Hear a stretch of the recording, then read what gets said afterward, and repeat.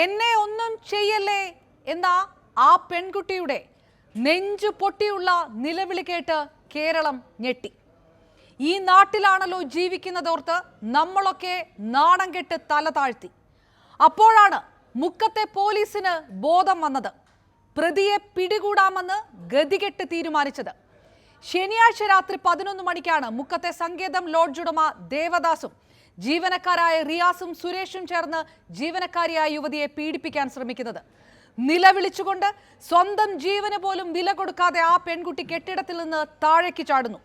ഗുരുതരമായി പരിക്കേറ്റ് കിടക്കുമ്പോഴും വലിച്ചിഴച്ച് അകത്തേക്ക് കൊണ്ടുപോയി പീഡിപ്പിക്കാൻ ശ്രമിക്കുന്നു.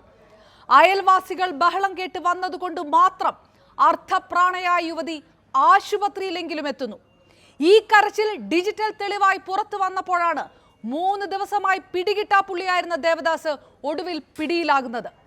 3 ദിവസം കൊണ്ട് പോലീസ് നൽകിയത് പ്രതികൾക്ക് കൃത്യമായ സാവകാശം. പ്രതികൾ ആരെന്ന് തിരിച്ചറിഞ്ഞിട്ടും നടപടിയെടുക്കാതിരുന്ന പോലീസ് അന്വേഷണത്തിൽ വിശ്വാസമില്ലെന്ന് കുടുംബം പറയുമ്പോൾ, ഈ യുവതിക്കെതിരെ അപവാദം പ്രചരിപ്പിക്കുകയാണെന്ന് പറയുമ്പോൾ അത് തന്നെയാണ് പൊതുസമൂഹത്തിനും പറയാനുള്ളത്. കള്ളന് കഞ്ഞി വെച്ചു കൊടുക്കുന്ന ആ പോലീസിന്റെ വകുപ്പ് ഭരിക്കുന്നവർക്കും സർക്കാരിനും ആ പാർട്ടിക്കും നേരത്തെ പറഞ്ഞ നാട്ടുകാർക്ക് തോന്നിയ ആ നാണക്കേട് തോന്നുന്നുണ്ടോ? ആ പെൺകുട്ടിയുടെ കരച്ചിലിൽ നിങ്ങൾക്കിപ്പോഴും അത് തോന്നുന്നില്ലെങ്കിൽ, പ്രതികൾക്കെതിരായ നടപടിയിൽ വെള്ളം ചേർക്കില്ലെന്ന് പറയാൻ കഴിയുന്നില്ലെങ്കിൽ, ഇനി ദയവായി മിണ്ടരുത് ഈ നാട്ടിലെ സ്ത്രീ സുരക്ഷയെക്കുറിച്ച്.